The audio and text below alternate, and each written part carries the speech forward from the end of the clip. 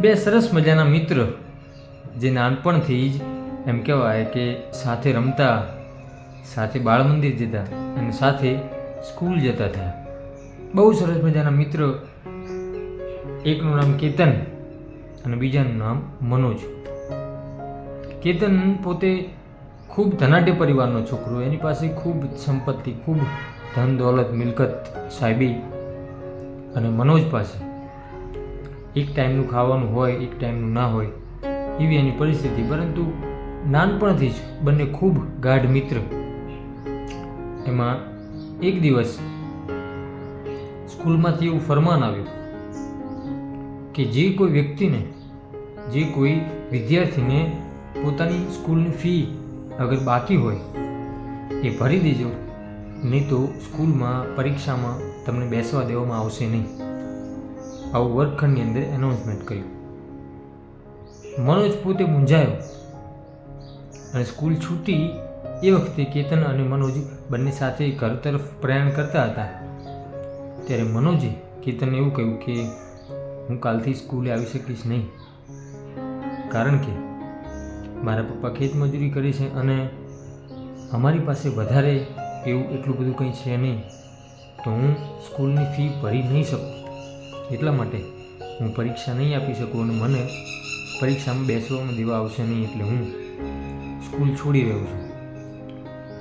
આ વાત કેતનના કાને મનોજે કરી. હવે કેતન ખૂબ ધનાઢ્ય વ્યક્તિ. એને પપ્પા પાસે ખૂબ બધા પૈસા. બીજો દિવસ સવાર થયો અને સ્કૂલની અંદર મનોજ અને કેતન ફરીથી સાથે હતા અને ફરીથી વર્ગખંડની અંદર એનાઉન્સમેન્ટ થયું અને કહ્યું કે કોની ફી બાકી છે, જેની ફી બાકી હોય એ ફી ભરી દેજો. એમ કરી અને ક્રમબદ્ધ વર્ગ શિક્ષક નામ બોલ્યા.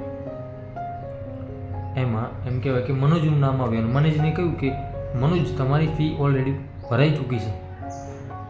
ત્યારે મનોજ આશ્ચર્યમાં આવી ગયો કે ઓહ, મારી ફી કોને ભરી? મારી ફી તો, મારી પાસે ફી ભરવાનો પૈસા નથી, અમે તો કોઈ મારી ફી ભરી નથી, તો મારી ફી ભરી કોને? પછી મનોજે વર્ગખંડના શિક્ષકને પૂછ્યું કે મારી ફી કોને ભરી? ત્યારે વર્ગખંડના શિક્ષકે મનોજને કહ્યું કે તમારી ફી કેતનના પિતાશ્રી આવ્યા હતા અને એમને તમારી ફી ભરી દીધી છે, એટલે તમે હવે પરીક્ષા આપી શકશો અને સ્કૂલમાં આવી શકશો. મનોજ ખૂબ ગળગળો થઈ ગયો અને ખૂબ એના દોસ્ત પ્રત્યે એટલો બધો પ્રેમ આવી ગયો અને એને કહ્યું કે તમે મારી ફી ભરી. કેતનના પિતાશ્રીને મનોજે કહ્યું કે તમે મારી ફી ભરી છતાં મને કહ્યું નહીં. ત્યારે મનોજ અને કેતન બંને સાથે ઊભા હતા. ત્યારે કેતને મનોજને એવું કહ્યું કે આપણી મિત્રતામાં મારે તને સાબિત ના કરવાનું હોય કે મેં તારા માટે આ કર્યું છે, મેં તારા માટે આ કર્યું છે. મારાથી જે કંઈ થઈ શકતું હતું એ મેં કર્યું છે. મારાથી ફી તારી ભરવાની મારી શક્તિ હતી, એટલા માટે મેં તારી ફી ભરી છે અને તારા સ્કૂલમાં આવવા માટે, તો પરીક્ષા ખંડમાં બેસી શકે એટલા માટે મેં એક પ્રયત્ન કર્યો છે.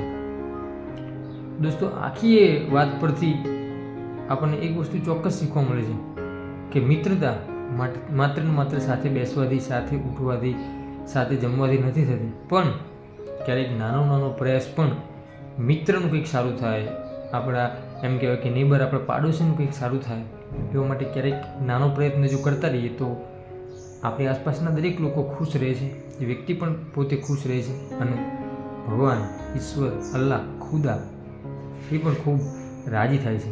એટલે આવા સરસ મજાના નાના મોટા કામો કરતા રહીએ અને એકબીજાની મિત્રતા ખૂબ સરસ અને ખૂબ પ્રેમથી ગાઢ રીતે નિભાવતા રહીએ. દોસ્તો, વિડીયો જો સારો લાગ્યો તો વિડીયોને લાઈક કરજો, ચેનલ પર ન હોય તો ચેનલને સબસ્ક્રાઈબ કરી દેજો અને આવા જ બીજા સરસ મજાના વિડીયો જોવા માટે આપણી યુટ્યુબ ચેનલ હું અને મારી વાતોને સબસ્ક્રાઈબ ચોક્કસથી કરજો. દોસ્તો, ફરીથી મળીશું નવા જ વિડીયો સાથે. ત્યાં સુધી દરેક દોસ્તો, દરેક મિત્રને જય સીતારામ.